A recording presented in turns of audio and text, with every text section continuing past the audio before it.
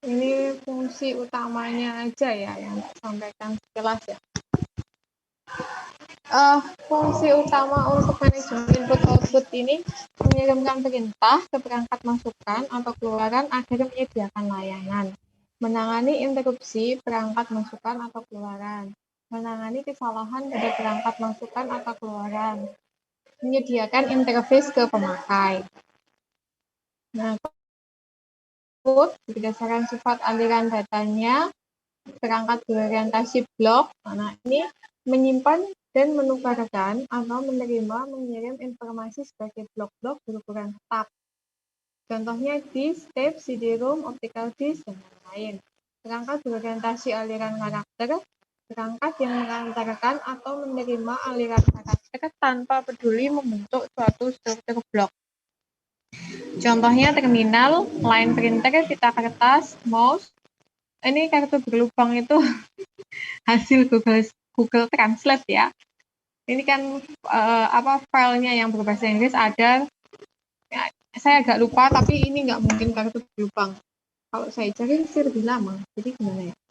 Sebentar. Kita bukain aja ya. Yang file aslinya. Saya agak lupa itu yang berbahasa Inggris karena sudah di bahasa Indonesia kan. Ini ternyata ada yang sedikit janggal ya.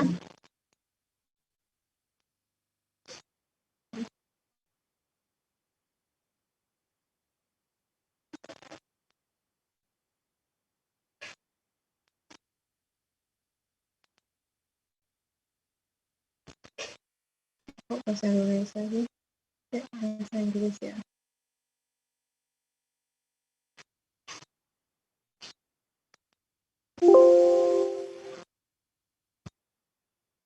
Oh, filenya terhapus.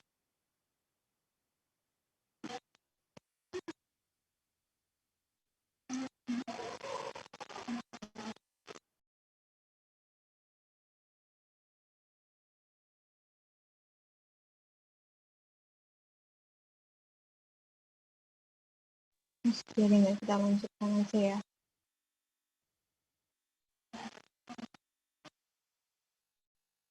Oh iya, saya sedikit lupa. Sebentar, ini penting ini. Ganti dulu sekarang-sekarangnya ya. Kita lihat Google.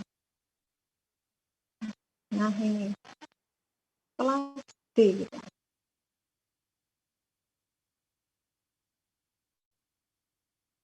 Ini pertemuan 12.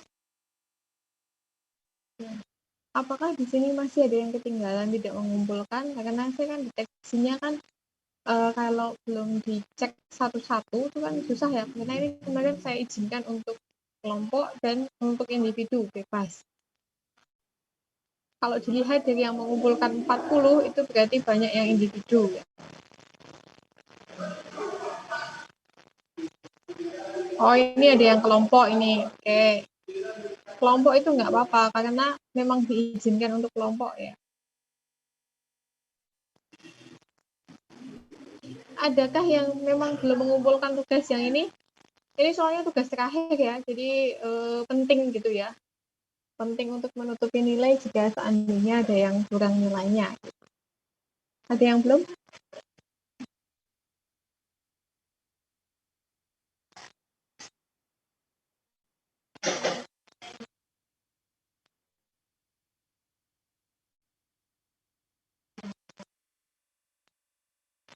Semoga sudah semua ya.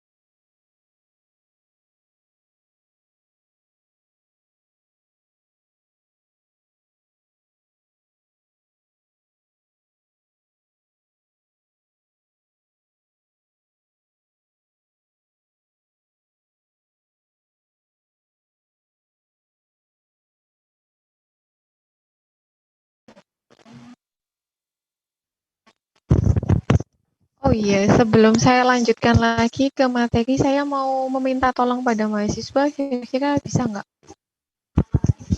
Saya minta tolongnya ini sih, nggak terlalu susah, tapi mungkin jadi redundansi gitu ya. Kan e-learning itu wajib dipakai ya untuk UAS ya.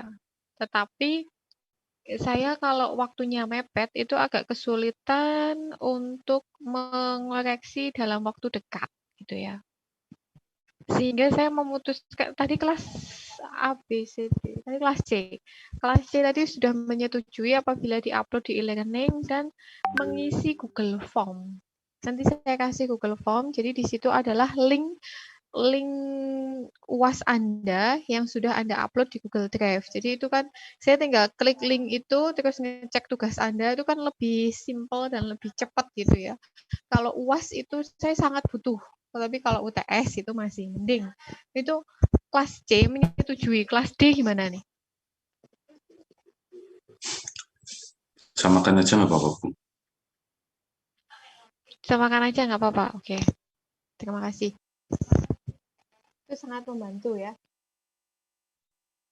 Oke, kalau untuk materi ini tadi ya, yang jadi tugas, itu ada kesulitan nggak? Nggak ada kan? Aman ya? Pertemuan 12. Aman?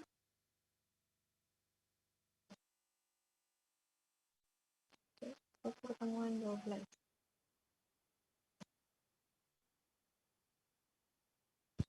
Oh iya, saya harusnya download ya. Download tugas Anda, bukan soal. Tak ngambil satu contoh ya. Kalau nanti dilihat sudah oke, oh berarti udah joss ini. Jangan yang lead. Ini yang lead kadang-kadang sinyalnya yang jelek ya. Saya ngambil satu contoh ya, 162.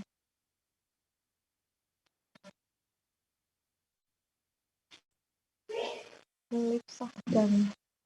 Ini apa? Deadlock, tempat kondisi, fault and voice, no preemption, circular jika sudah sistem bekerja dengan alamat logika, alamat fisik. Oke, ini komplit ya. Oh ya, saya dulu ya. Ini bagus ya, ditulis tangan. Kan ditulis tangan lebih baik. PMA, terminali, oke. Alat pengendali khusus.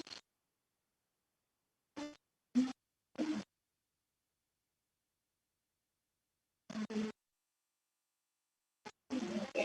Ini contoh ya. Contohnya dikerjakan dengan sesuai perintah, ditulis tangan.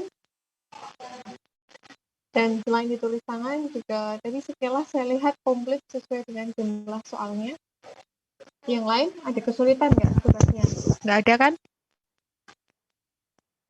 Aman? Aman. Aman sih, Bu.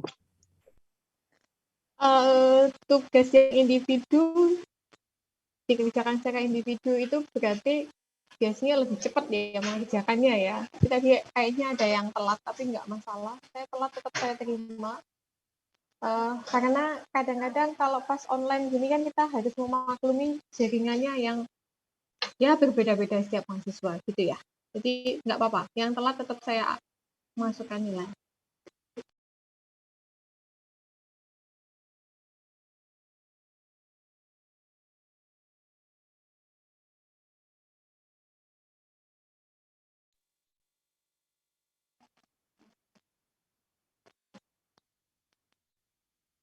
Oke, maaf ya, saya ini agak terburu-buru ke semuanya. Jadi pengennya semua informasi disampaikan. Jadi maafkan saya. Sebentar, pertama adalah soal tugas, saya berharap sudah semuanya beres. Itu harapan saya ya, nanti saya update di WA ya. Semoga apa namanya ya, waktunya masih pas gitu ya. Pas itu ya masih masuk gitu ya. Jadi yang perlu saya ingat dari mata kuliah sistem komputer di semua kelas saya adalah yang pertama, Saya berharap semua tugas kita itu oke. Tugas kita itu cuma ada 3 ya.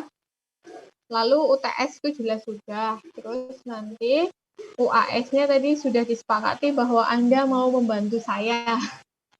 Karena e-learning-nya UTY itu kan wajib dipakai. Saya kan mengikuti apa ya namanya? Mengikuti perintahnya gitu ya. Maksudnya ini wajib dipakai. Oke, saya pakai. Tapi karena saya butuh bantuan dari mahasiswa untuk mempercepat proses ya. Karena kalau di-download dulu, terus filenya kan itu kalau dari e-learning kan di-download, terus dibuka satu-satu, itu kan cenderung lebih lama. Dibandingkan saya, Anda upload di Google Drive, saya dikasih linknya. Terus saya tinggal klik gitu ya. Tenang aja, nanti jawaban Anda tetap rahasia. Jadi saya hanya mengirimkan Google Form. Google Form itu diisi nama, NIM, sama link Google Drive. Nah, jadi nanti kan yang tahu link Anda kan saya aja gitu ya. Maksudnya bukan saya tidak pakai Google Sheet gitu ya. Enggak, saya pakai Google Form. Jadi kan kerahasiaannya itu terjamin gitu ya. Kecuali memang Anda sudah nge-share kepada teman Anda, nah itu sudah di luar kendali ya. Tapi maksud saya kalau pakai Google Sheet linknya ini gitu kan berpotensi dibuka oleh temannya. Jadi saya pakai Google Form, terus itu nanti dapat membantu proses nilai lebih cepat. Nah, saya berterima kasih apabila mahasiswa mau mendukung gitu ya. Kalau UASnya, kalau nggak salah ingat ya, kalau saya nggak salah baca tuh tanggal 8 Juni ya kita ya. Coba nanti saya cek ulang ya. Jadi tanggal 8 Juni, kalau nggak salah, nanti dipersiapkan aja. Untuk soalnya kami, dosen pengampu sistem komputer ada 4, itu belum berkoordinasi. Tetapi biasanya untuk SJF, round robin itu apa sih namanya? Algoritma, itu pasti ada. Nah, nanti ditambahkan dengan materi-materi yang lumayan ringan gitu ya. Oke ya. Yang lumayan ringan itu seperti tadi ya, ada perangkat input output dan sebagainya. Itu kan cenderung lebih ringan daripada daripada materi yang algoritma gitu ya.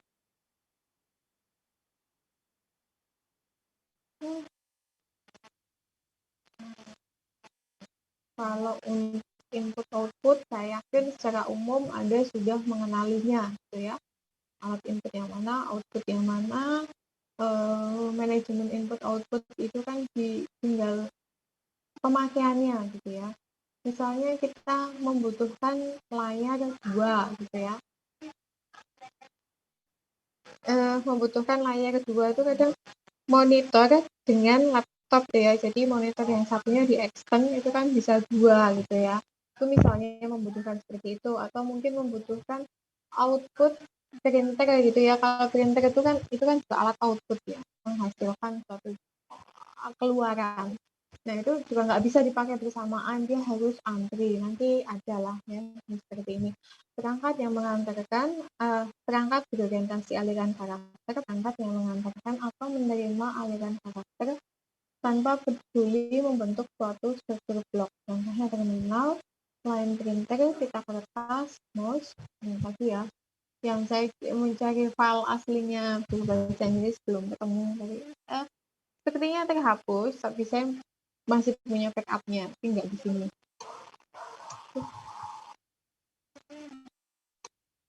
Klasifikasi perangkat input-output, masih lanjutannya ya. Berdasarkan sasaran komunikasi, perangkat yang terbaca manusia, human readable device itu yang paling mudah terbaca oleh manusia gitu ya. Perangkat yang cocok untuk komunikasi dengan manusia, contohnya monitor, keyboard, mouse, ini yang sudah terbiasa kita pakai gitu ya. Perangkat yang terbaca mesin, perangkat yang cocok untuk komunikasi dengan perangkat elektronik. Contohnya disk, tape, sensor, controller. Untuk komunikasi, perangkat yang cocok untuk komunikasi dengan perangkat jarak jauh, modem. Nah, modem ini kalau zaman dulu ya, mungkin 10 tahunan yang lalu tuh modem yang kayak flash disk itu ya yang pada dipakai. Tapi kan belakangan ini kita sudah suka pakai modemnya handphone gitu ya. Handphonenya jadi hotspot gitu. Kalau nggak handphone, yang kita pakai wifi, saya kurang tahu kalau yang bukan IndiHome ya. Gitu. Anggap saja seperti itu ya. Saya tidak bermaksud untuk menyebutkan merek, tapi gimana ya, berdasarkan pengalaman ya, itu kan kalau kita cek tagihannya, itu kan ada biaya sewa modem ya. Biaya sewa modemnya berapa saya lupa. Tapi memang ada modemnya juga ya di situ ya. Dan kalau di salah satu itu tadi penyedia layanan internet tuh memang modemnya sewa. Nah, yang penyedia layanan internet yang lain saya kurang tahu. Prinsip manajemen input-output. Dua sasaran perancangan manajemen input-output adalah efisiensi sama generalitas. Efisiensi merupakan aspek penting karena operasi input-output sering merupakan operasi yang menimbulkan bottleneck pada sistem operasi. Generalitas, manajemen perangkat input-output selain berkaitan dengan simplisitas dan bebas kesalahan, juga menangani perangkat secara seragam, baik dari cara proses memandang maupun cara sistem operasi mengelola perangkat dan operasi input-output. Masalah yang harus diselesaikan. Masalah-masalah yang terdapat dan harus diselesaikan pada perancangan manajemen input-output, penamaan yang seragam, penanganan kesalahan, transfer sinkron dengan asinkron, variabel dengan titik-titik. Hierarki manajemen input-output, interrupt handler, pengendali interupsi, device driver, semua kode tergantung peralatan yang ditempatkan pada device driver. Hierarki manajemen input-output, mekanisme device driver,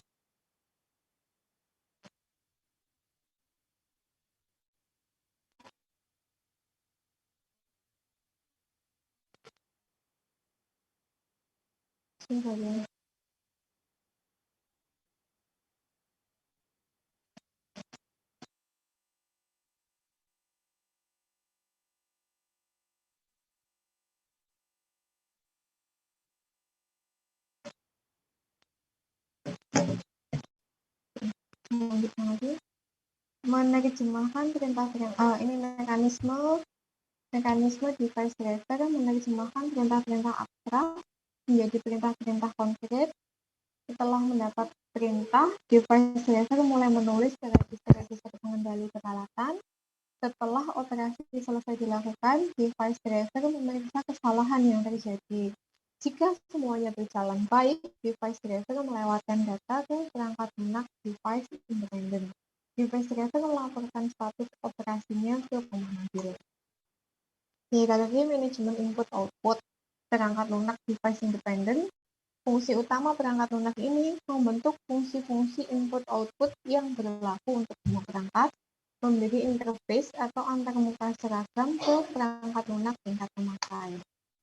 Hierarki manajemen input-output lanjutannya, fungsi yang dilakukan antara lain interface seragam untuk seluruh device driver, penamaan peralatan, proteksi peralatan, memberi ukuran blok peralatan, melakukan buffering, alokasi penyimpanan pada blok device, alokasi dan pelepasan dedicated device, pelaporan kesalahan.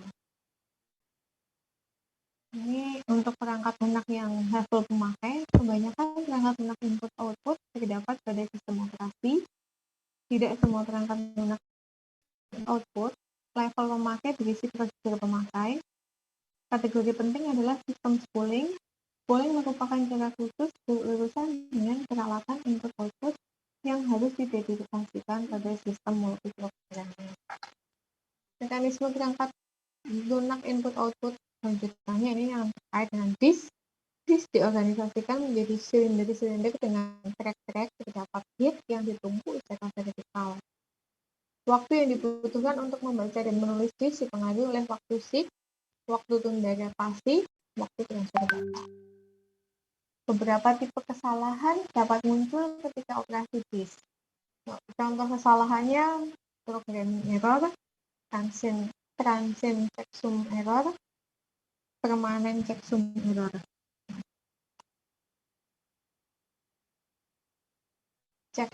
Sig error, ada kesalahan gitu ya, ini semuanya kan ada errornya gitu ya. Controller error, clock. Nah, ini bentar, ini selanjutnya ya, sudah bukan yang trouble lagi, yang ada kendala. Ini tapi ada kaitannya dengan mekanisme perangkat lunak input output. Clock. Perangkat keras clock mempunyai dua tipe clock, yaitu clock yang menimbulkan impuls tegangan listrik, programmable interval timer.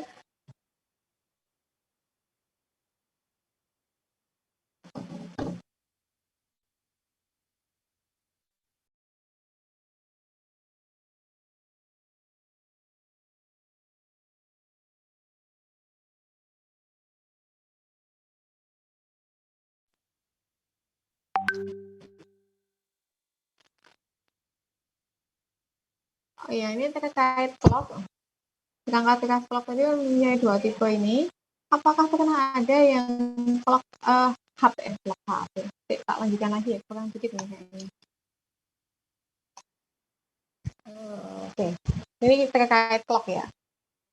Sedangkan perangkat lunak clock pada sistem operasi mempunyai beberapa fungsi, antara lain mengelola waktu dan tanggal. Waktu nyata itu real time. Real time itu kalau sekarang itu 27 Mei jam 4.20, karena ini apalagi terhubung dengan internet ya, biasanya waktunya itu sesuai gitu ya, real time. Dan itu misalnya di WIB ya, sekarang WIB ya, maaf ya kalau ada yang sedang di WITA atau di waktu Indonesia Timur ya, sekarang kan di WIB 27 Mei jam 4.21 atau 20 kan real time gitu ya. Kalau mungkin yang ada di WIT sama WIT tinggal tambah 1 jam lagi. Mencegah proses berjalan lebih dari waktu yang ditetapkan, menghitung penggunaan pemroses, mengerjakan monitoring dan pengumpulan statistik. Clock ini kadang-kadang, kalau yang pernah saya alami itu sedikit mengganggu kalau misalnya baterai CMOS-nya mati ya. Ketika waktu tanggalnya tidak sesuai, itu kadang-kadang mengganggu pemrosesan. Saya lupa ya, mengganggu apa saja. Maksudnya yang pernah terjadi ya, bukan by Google yang kita proses. Itu kita sudah pernah mengalami ya, itu kan lebih nyata. Ada kendalanya. Nanti mungkin bisa di browsing, terus mungkin kalau nanti ada pengalaman baterai CMOS-nya habis juga lebih tahu ya. Selain ada bunyi tutut gitu, ada sedikit gangguan ya. Saya lupa pas menjalankan program apa ya waktu itu. Saya nggak lupa. Kalau mungkin ada yang punya pengalaman nanti boleh di-share. Alokasi teranti, dedicated device, mengalokasikan teranti untuk sebuah pekerjaan selama pekerjaan berada dalam sistem. Share device merupakan cara mengalokasikan teranti supaya dapat digunakan secara bergantian untuk beberapa pekerjaan di share ya. Virtual device piranti yang digunakan dengan cara dedicated, misalnya printer, dapat diubah menjadi piranti share melalui cara-cara seperti spooling. Spooling itu ya bagian dari proses transfer data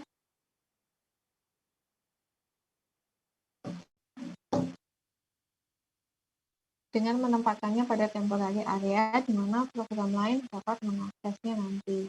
Mencetak dokumen, prosesor akan menempatkan data yang akan dicetak ke temporary area, kemudian akan dibaca oleh printer, kemudian dicetak. Saya sedikit tambahkan.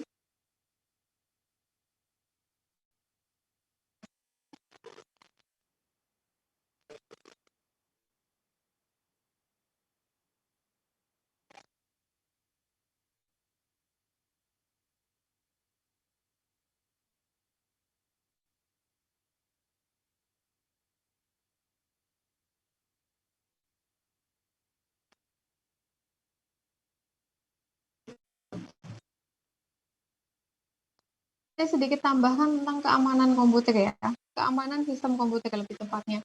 Ini di kelas ABC tadi kemarin sudah saya sampaikan.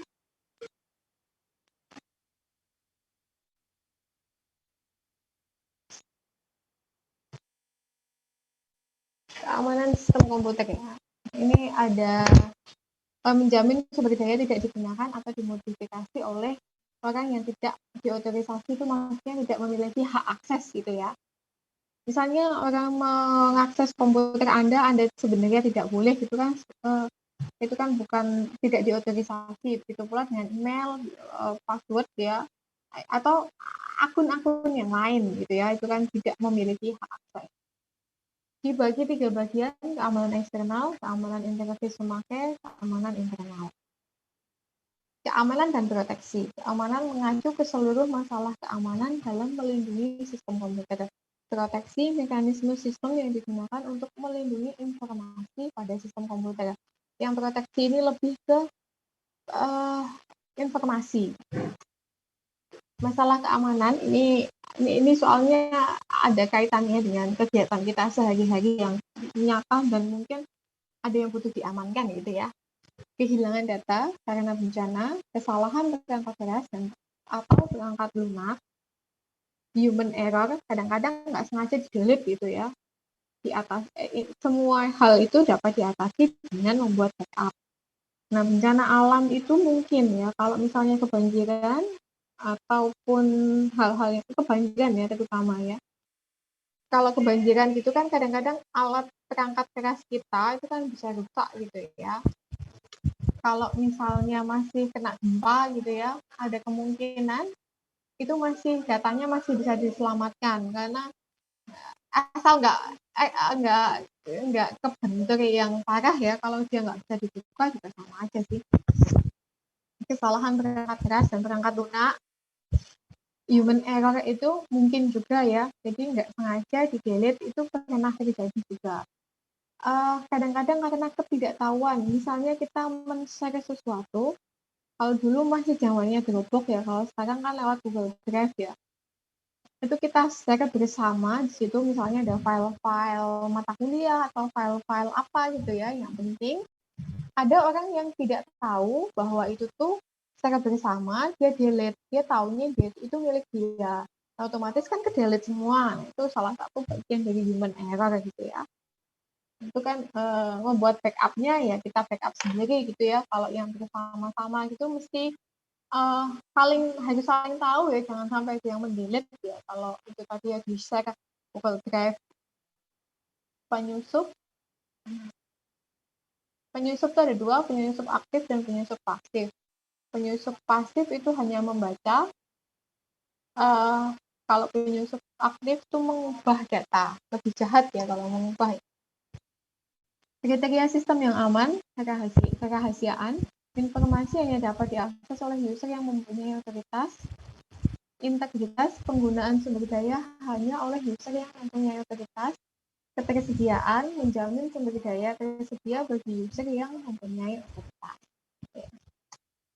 Ancaman terhadap sistem komputer, interupsi, sumber daya dihancurkan, merupakan ancaman terhadap ketersediaan. Intersepsi, pihak tidak berotorisasi dapat mengakses sumber daya.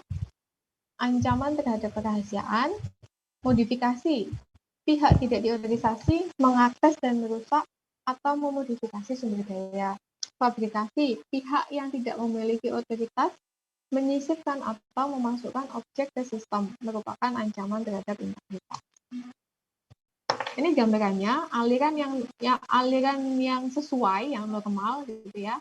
Sumber informasi dia langsung menuju ke tujuan informasi. Jadi misalnya informasinya tuh ABC gitu ya. Itu sampai tujuan informasi itu juga ABC. Kalau sumber informasi itu diinterupsi, itu sebenarnya ada informasi tetapi tidak sampai ke tujuan informasi, ini yang diinterupsi. Nah, kalau yang ini sumber informasi mengalami intersepsi baru menuju tujuan informasi.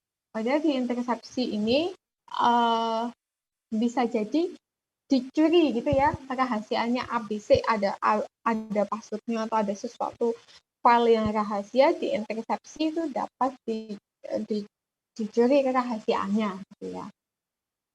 Baru sampai ke tujuan informasi. Apalagi ini sumber informasi dimodifikasi baru sampai tujuan.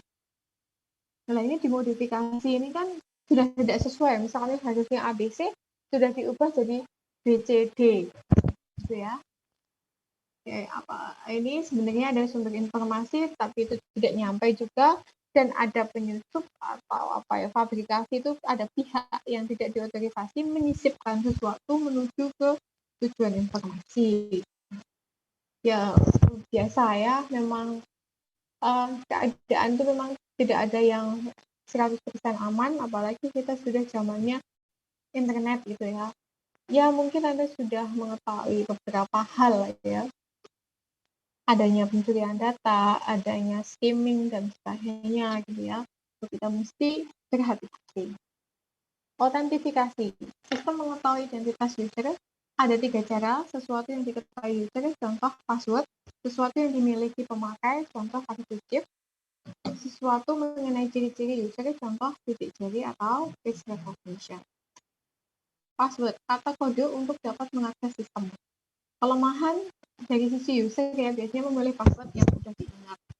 Upaya pengamanannya alting tuh ditambahkan string ya. One time password, mengganti password secara teratur. Ini juga berbahaya, berpotensi lupa ya. Pertanyaan dan jawaban, ya pasti Anda sudah tahu ya. Jika nanti lupa password email, itu akan muncul pertanyaan apa, nanti jawaban kita apa. Itu kadang-kadang kan kita pas membuatnya dulu kan ada pertanyaan jawaban gitu ya. Menambah panjang karakter password, mencampur karakter dalam password, simbol, huruf, besar kecil, angka. Pembatasan, ini untuk terkait keamanan tadi ya, pembatasan login. Pada terminal tertentu, pada waktu tertentu, sepertinya SIA kita itu ada pembatasan login ya. Kalau kita nggak ngapa-ngapain dalam waktu berapa lama, itu kan logout otomatis ya, kalau nggak salah ya. Dan yang pasti logout otomatis itu, sebut saja Bank XYZ ya. Bank XYZ itu menurut pengalaman saya itu juga hanya 10 menit atau 5 menit, kalau tidak ada aktivitas itu juga otomatis logout. Pembatasan dengan callback setelah login, bisa diharuskan memanggil nomor telepon tertentu pada saluran telepon tertentu pula. Ini memang ada ya kadang-kadang ya yang berdasarkan callback. Pembatasan jumlah login, misalnya dibatasi sampai 3 kali, setelah itu akan terkunci. Ini mirip kayak ATM.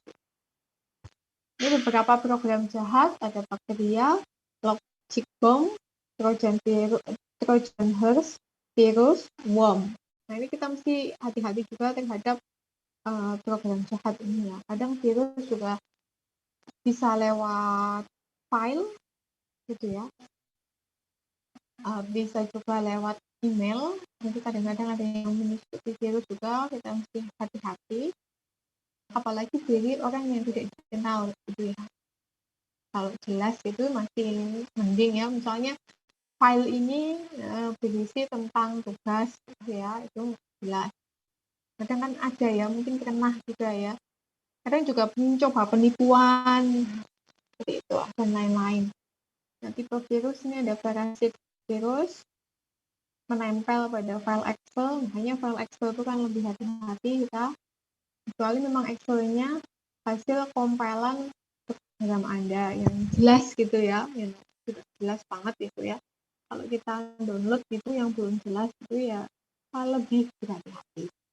Memori resident virus memuatkan diri ke memori utama sebagai bagian program yang lengkap, menginfeksi semua program yang dijalankan. Itu juga pernah ada boot sector virus, berada di boot sector sebuah disk dan menyebar saat boot dari disk tersebut. Stealth virus dirancang tidak dideteksi oleh antivirus. Polymorphic virus bermutasi setiap melakukan infeksi.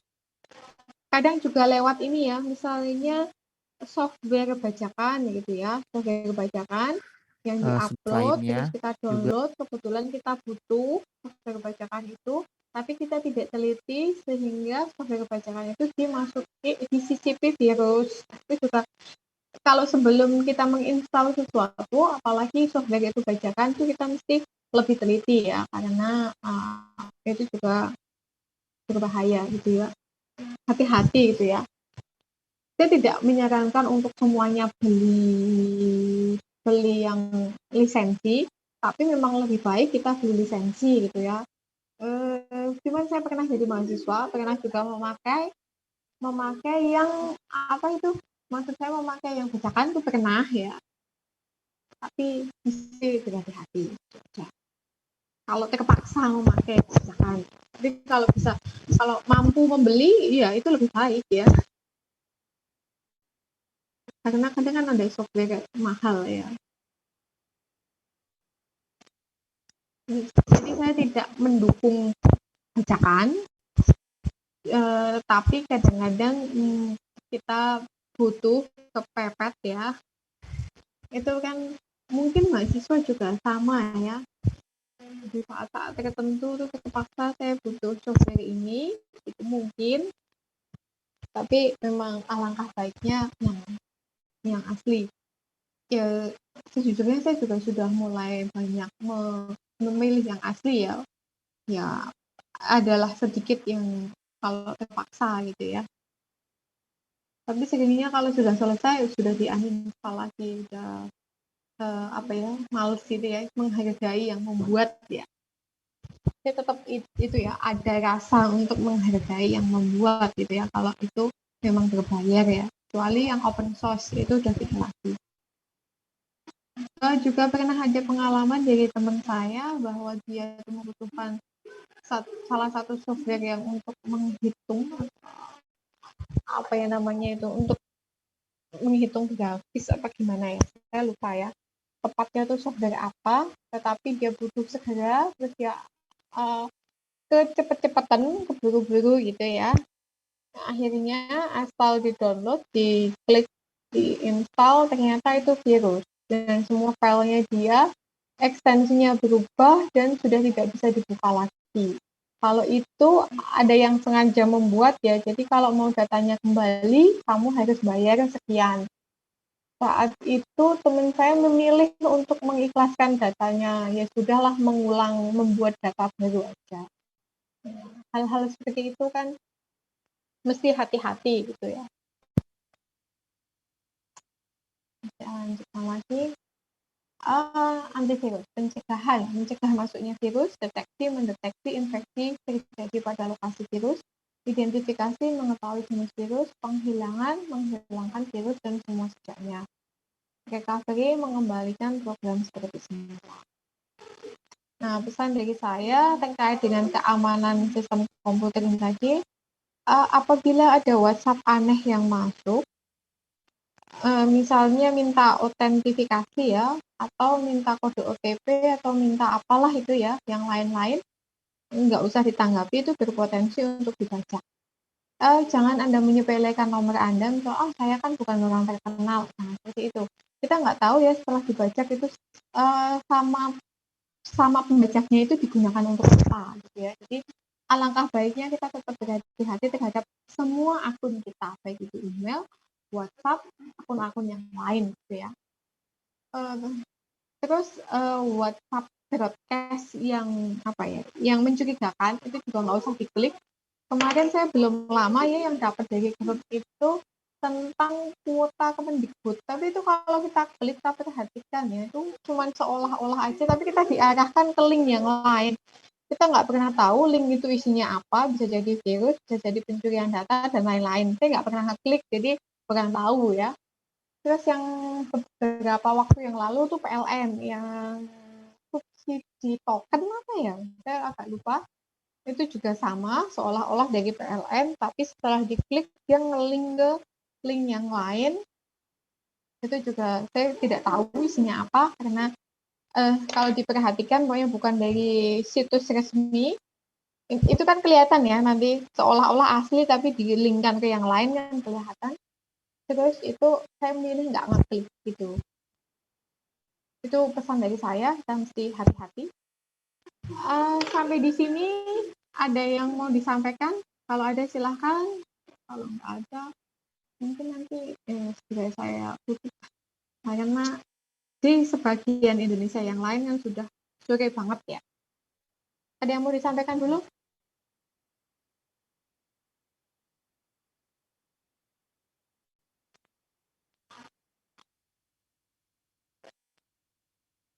Ada nggak? Nggak ada, Bu. Oke. Udah capek ya? Udah terlalu sore ya? Ya, kalau tidak ada, terima kasih responnya. Segala kesalahan dan kekurangan saya mohon maaf. Terima kasih juga ya bantuannya untuk bersedia mengisi Google Form. Selamat sore. Assalamualaikum warahmatullahi wabarakatuh. Waalaikumsalam warahmatullahi Waalaikumsalam wabarakatuh. warahmatullahi Warahmatullahi wabarakatuh. wabarakatuh.